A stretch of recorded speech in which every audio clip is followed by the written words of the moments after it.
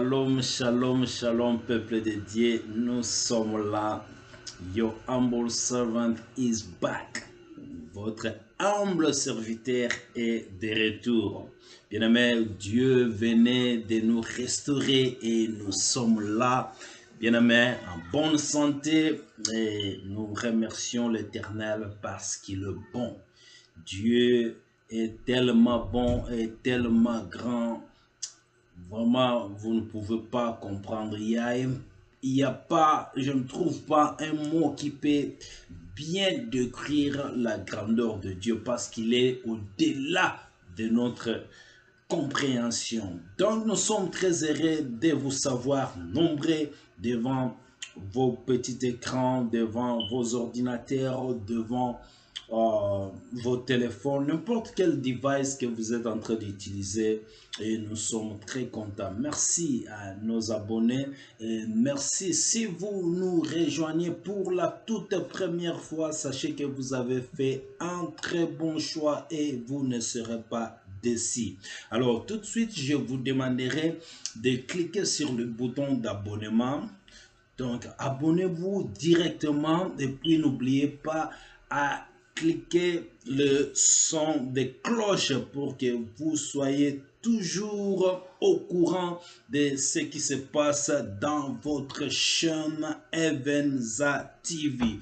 Donc, soyez le bienvenu et n'oubliez pas de liker, n'oubliez pas de partager. Aujourd'hui, c'est un grand jour.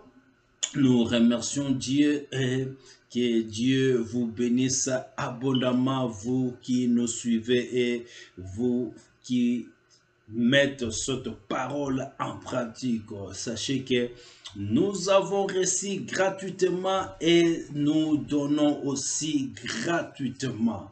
Donc, notre sujet de ce soir s'intitule Belle-mère, belle-sœur. Non, plutôt belle-mère et belle-fille. Belle-mère et belle-fille. Et l'écriture que nous allons lire ce soir, c'est dans le livre de Lamentation de Jérémie, chapitre 3, verset 31 jusqu'à 33. Bien avant cela, bien-aimés, prions d'abord et puis nous allons continuer. Père de gloire, nous te remercions, nous te donnons grâce, Seigneur. Nous te rendons grâce parce que tu es merveilleux, tu es au-delà de notre compréhension. Merci pour cette soirée que tu as grandement bénie. Merci pour tous ceux qui nous suivent, Seigneur, Père de gloire. Je prie que le Saint-Esprit puisse être en action et le Saint-Esprit qui est l'enseignant par excellence puisse les enseigner, le fasse comprendre, Seigneur, ta parole, afin qu'il mette ça en pratique pour que, Seigneur, la gloire te revienne pour toujours. Nous te remercions, nous te glorifions au nom de Jésus-Christ.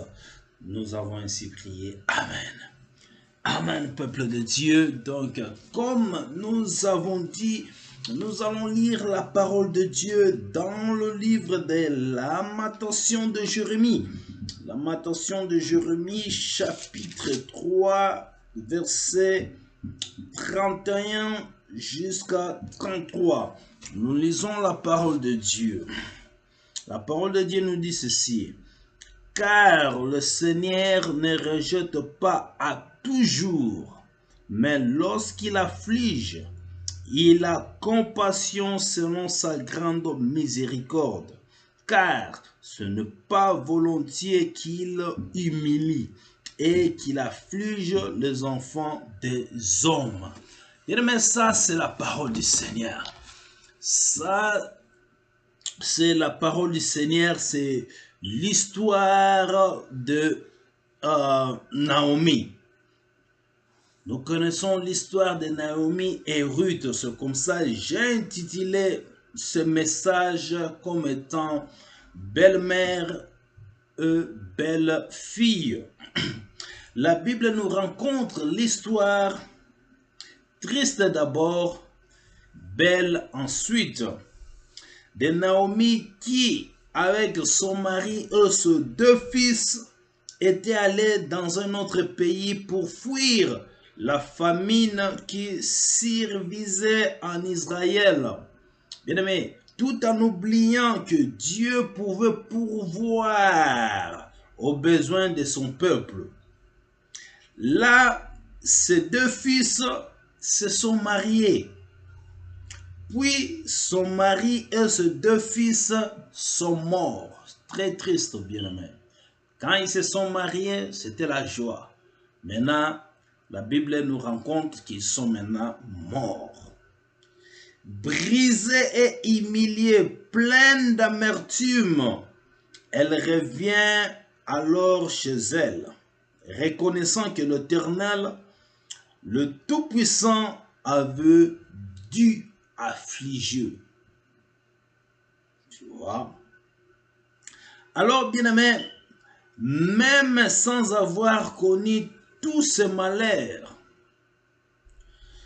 je me retrouve bien en Naomi. C'est tellement facile de s'appesantir sur le passé au lieu d'assumer les conséquences de nos choix, n'est-ce pas?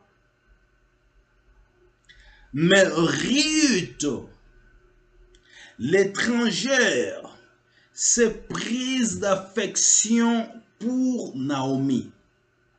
Sa belle-mère, Naomi était sa belle-mère. Ruth, son mari, était déjà mort parce que c'était les deux fils-là de Naomi.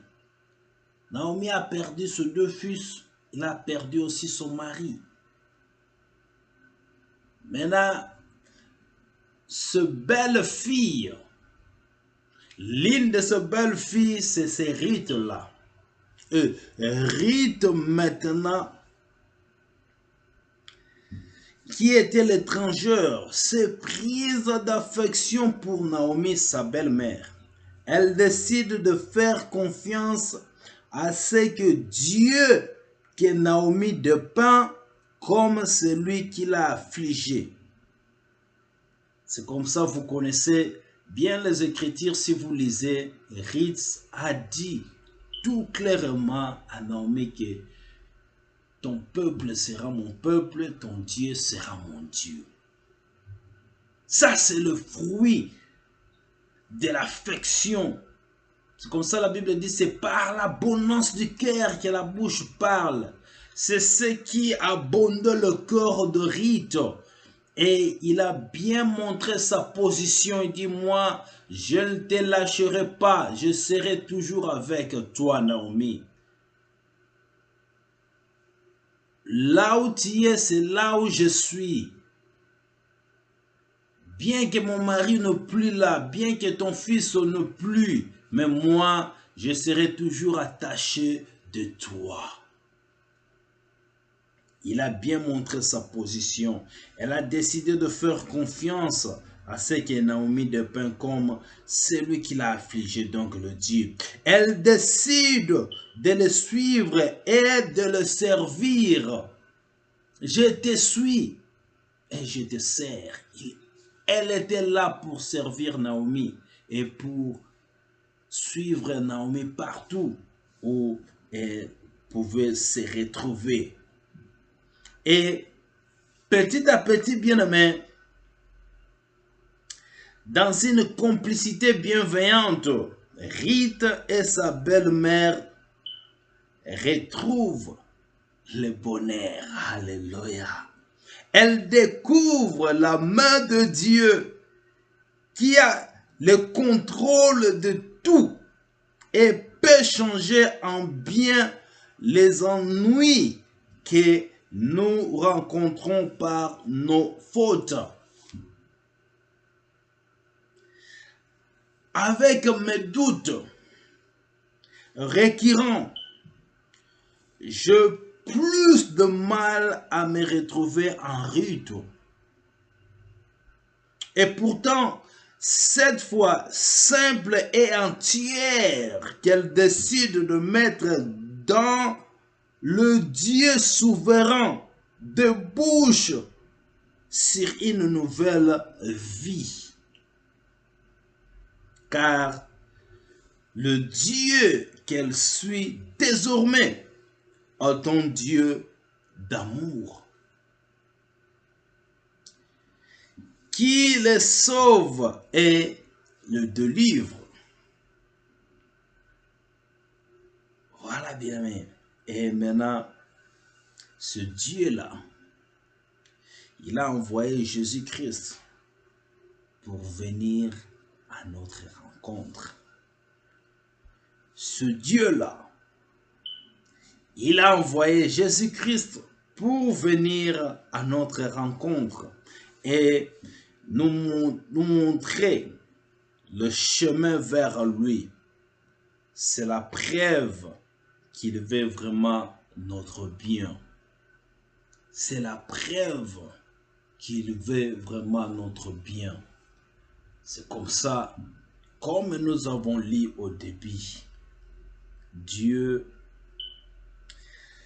quand le Seigneur, je disais, ne rejette pas pour toujours.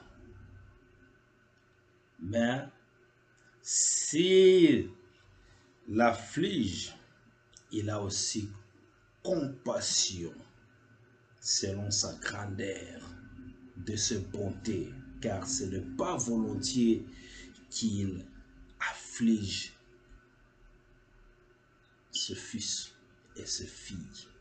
Quand vous traversez une période malheureuse ou une tristesse, ou quand vous êtes frappé par la maladie ou un incident ou encore la mort dans la famille ou encore quelque chose seulement qui déplaît, bien aimé, même si Dieu autorise, mais ce n'est pas volontiers, il est toujours affligé.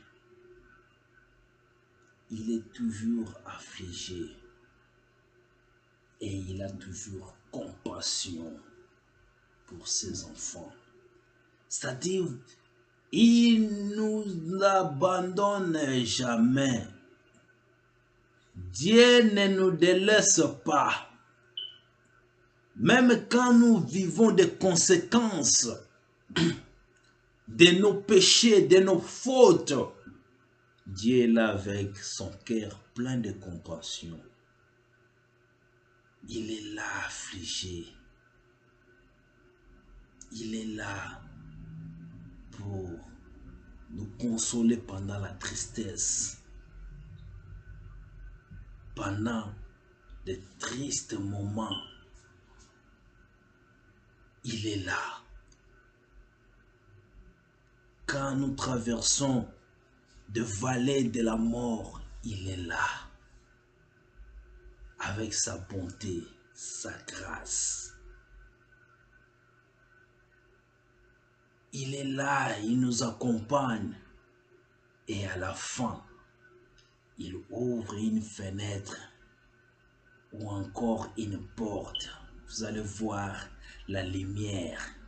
Ça, c'est le chemin de la sortie.